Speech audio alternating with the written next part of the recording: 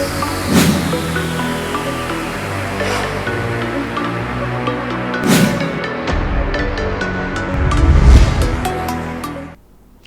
Hello welcome to వింతలు విచిత్రాలు. ప్రపంచంలో జరిగిన కొన్ని వింతలు విచిత్రాల గురించి ఈరోజు మనం చర్చించుకుందాం.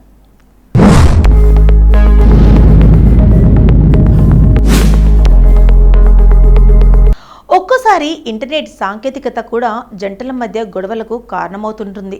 ప్రమాదవశాత్తు కనెక్ట్ అయిన వైఫై ఓ జంట విడిపోయేందుకు దారితీసింది. నిజానికి ఆమె తప్పు చేయకపోయినా మోసం చేసిన వ్యక్తిగా నిలబడాల్సి వచ్చింది. అసలు విషయం తెలుసుకొని తన నిజాయితీని నిరూపిద్దామన్నా వేరే ఆ అవకాశమే లేకుండా చేసింది ఆ అమ్మాయికి. అసలేం జరిగిందంటే, నేరుతి చెన్నైలోని చాంగింగ్నులోని ఒక హోటల్కు లీ అనే మహిళ తన ప్రియుడితో కలిసి సరదాగా సెలవుల్లో ఎంజాయ్ చేద్దామని ఓ హోటల్కి వస్తారు. అక్కడ హాయిగా షికార్లు తిరిగి ఎంజాయ్ చేసి ఇంటికి వెళ్ళిపోదాం అనుకుంటారు. ఆ క్రమంలోనే హోటల్ని ఖాళీ చేస్తుండగా ఆమె ఐడి కార్డు కనిపించదు. దాంతో ఆమె ఐడి కార్డ్ని ఆన్లైన్లో డౌన్లోడ్ చేసుకుందాం అనుకుంటుంది. ఆ నేపథ్యంలో అనుకోకుండా ఆ హోటల్ వైఫైకి తన మొబైల్ ఆటోమేటిక్గా కనెక్ట్ అవుతుంది. అంతే, ఒక్కసారిగా ఆమె ప్రియుడికి గతంలో ఆమె వేరెవరితోనే ఇక్కడికి వచ్చిందనే అనుమానం కలిగింది.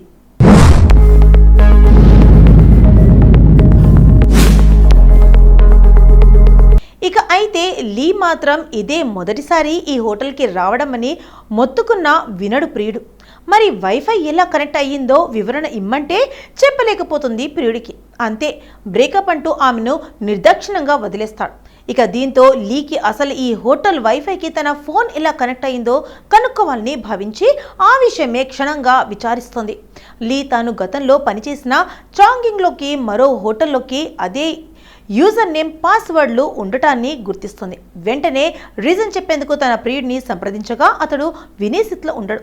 పైగా చాటప్లో కూడా మాట్లాడేందుకు వీలు లేకుండా ఆమె అకౌంట్ని కూడా డిలీట్ చేసేశాడు.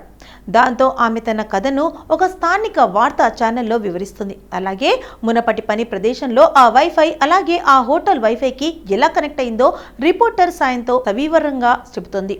ఇక ఇదంతా తనకి నమ్మిన వ్యక్తిని కలిసేందుకు ఈ వివరణ ఇవ్వడం లేదని, తనలా మరొకరు అపార్థాలకి బలవకూడదని ఇలా చేశానని ఆమె బాధగా వివరించింది.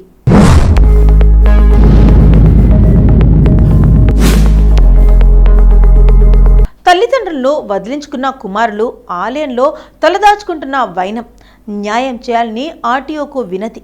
జీవిత చమరాంకంలో అడ్డంగా ఉంటారనుకున్న కుమారులు రోడ్డు పాలు చేశారు.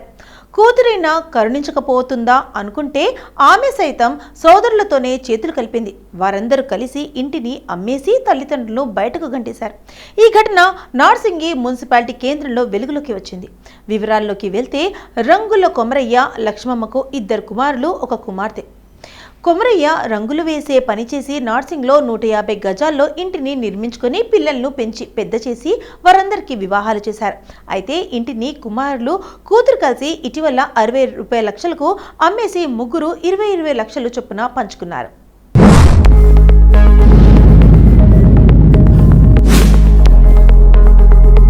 ఇక తర్వాత తల్లిదండ్రులను భారంగా భావించి ఇంట్లో నుంచి గెంటేశారు. దీంతో దిక్కుతోచని స్థితిలో గ్రామంలోని లక్ష్మమ్మ ఆలయ ఆవరణలో నివసిస్తున్నారు. కుమారులు కూతురు స్థానికంగానే ఉన్నవారికి అన్నం పెట్టడం లేదు. దాంతో వారం రోజులుగా ఆలయం చుట్టుపక్కల వారి ఇళ్లకు వెళ్లి అడుక్కు తింటున్నారు. ఆర్టీఓకు ఫిర్యాదు చేశారు.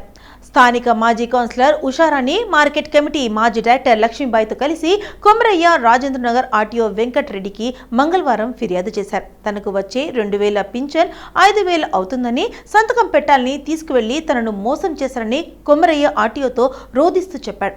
తన ఇంటిని తిరిగి ఇప్పించాలని, తమను ఆదుకోవాలని కోరారు.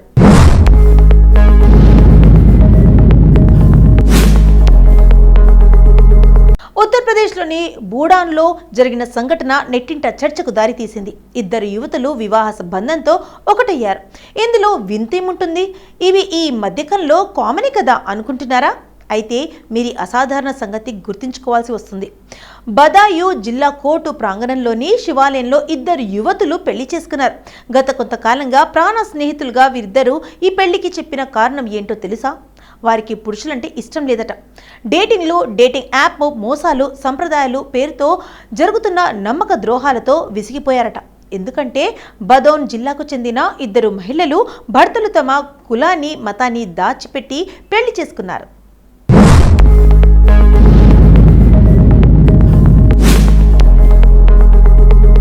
ఇక ఈ మోసాన్ని భరించలేక ఇద్దరు తమ భర్తల్ని వదిలేశారు. ఇక పురుషులతో కలిసి జీవించేందుకు ఇష్టం లేకపోవడం వల్లనే పెళ్లి నిర్ణయం తీసుకుంటున్నట్లు మహిళలు జంట తెలిపింది. మంగళవారం జరిగిన ఈ సంఘటన స్థానికంగా చర్చనీయాంశమైంది. ఢిల్లీలో పనిచేస్తున్నప్పుడు కలిసిన ఈ జంట తమకెదురైన చేదు అనుభవాలను పంచుకున్నారు. ఇద్దరు ఫేస్బుక్లో ఇద్దరు వ్యక్తులను ప్రేమించి మోసపోయారు.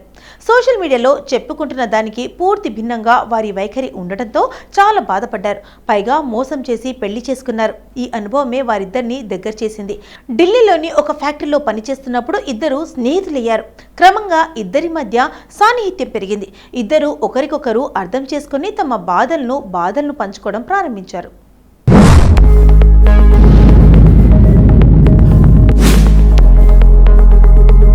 ఇక వారిద్దరూ తమ కథలను ఒకరికొకరు చెప్పుకున్నప్పుడు వారి ఇద్దరి అనుభవాలు ఒకేలా ఉండటంతో వారు ఆశ్చర్యపోయారు. 3 నెలలుగా మంచి స్నేహితులుగా ఉంటున్న వీరు ఇక జీవితాంతం కలిసి ఉండాలనే నిర్ణయించుకున్నారు. దీనికి సంబంధించినగా న్యాయపరమైన మద్దతు కోరుతూ న్యాయవాదిని కూడా సంప్రదించారు. సమాజంలో భార్యాభర్తలుగా జీవించడానికి అవకాశాలపై ఆరా తీశారు. అయితే భారతీయ చట్టాల ప్రకారం స్వలింగ వివాహాలకు గుర్తింపు లేదని న్యాయవాది దివాకర్ తేజ్ చెప్పారు. అయినా తమ నిర్ణయానికి కట్టుబడి ఉన్న యువతులు కోర్టు ఆవరణలోని శివాలయంలో ఒకరికొకరు దండలు మార్చుకొని వివాహం చేసుకున్నారు.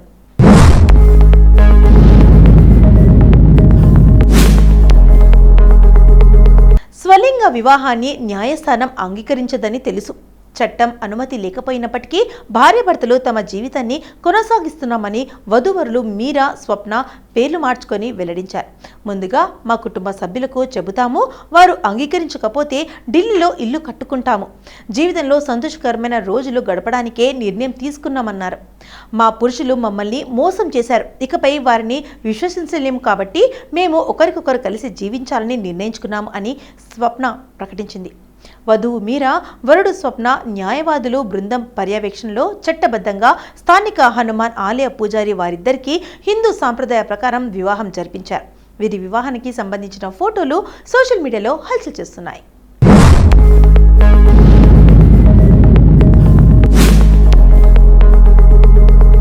ఆధునిక యుగం, స్మార్ట్ యుగం అని చెప్పుకొని పొంగిపోతున్న నేటి కాలంలో కూడా ఆడశిశులపై అంతులేని వివక్ష కొనసాగుతూనే ఉంది. ఆడబిడ్డ మహాలక్ష్మిగా భావించే సమాజమే ఆడబిడ్డను భారంగా భావిస్తుంది. అందుకే కొందరు తల్లిదండ్రులను ఆడశిశులను భారంగా భావిస్తున్నారు.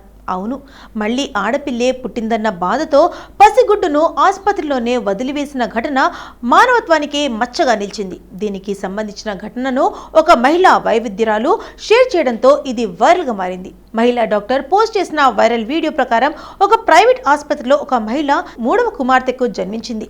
మళ్లీ ఆడ శిశువు జన్మించడంతో నిరాశ చెందిన ఆ కుటుంబం నవజాత శిశువును ఆసుపత్రిలోనే వదిలివేసింది. ప్రసవం తర్వాత శిశువు తండ్రి కూడా ఆమెను సందర్శించలేదని డాక్టర్ వెల్లడించారు.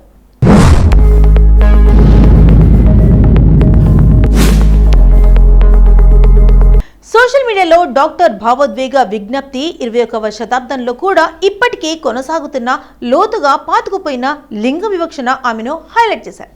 దేశ అధ్యక్షురాలు మహిళ, ఇటీవల అంతరిక్షం నుంచి ఎంతో ధైర్యంతో తిరిగి వచ్చిన సునీత విలియమ్స్ మహిళ. ఇలాంటి వారిట భారతదేశం ఎంత గర్వపడాలి. ఆడశిశును ఎలా తిరస్కరించడం అన్యాయం. ఇది మనకు ఎంతో బాధను కలిగించిందని అంటూ ఆవేదన వ్యక్తం చేశారు. ఈ వీడియో క్షణాల్లో వైరల్ అయింది. దీనిపై నెటిజన్లు స్పందించారు. ఈ ఘటనపై కొందరు ఆగ్రహం వ్యక్తం చేయగా మరికొందరు తాము దత్తకు తీసుకుంటున్నామన్నారు. ఆమెను ప్రేమతో నిండిన గూడును అందించడానికి తమ సంసిద్ధతను వ్యక్తం చేశారు. దీంతో శిశువు కుటుంబం తమ తప్పును గ్రహించారు. తిరిగి తమ బిడ్డను తీసుకెళ్లారు. ఈ విషయాన్ని ఆ డాక్టర్ తర్వాత ఒక ఫాలో అప్ వీడియోను షేర్ చేశారు. సోషల్ మీడియా వల్లే ఈ ఫ్యామిలీ తమ తప్పు తెలుసుకుందని అంటూ ఆమె నెటిజన్లకు కృతజ్ఞతలు తెలిపారు. ఆ పాప కుటుంబం సభ్యులను వివరాలను మాత్రం డాక్టర్ గోప్యంగా ఉంచారు.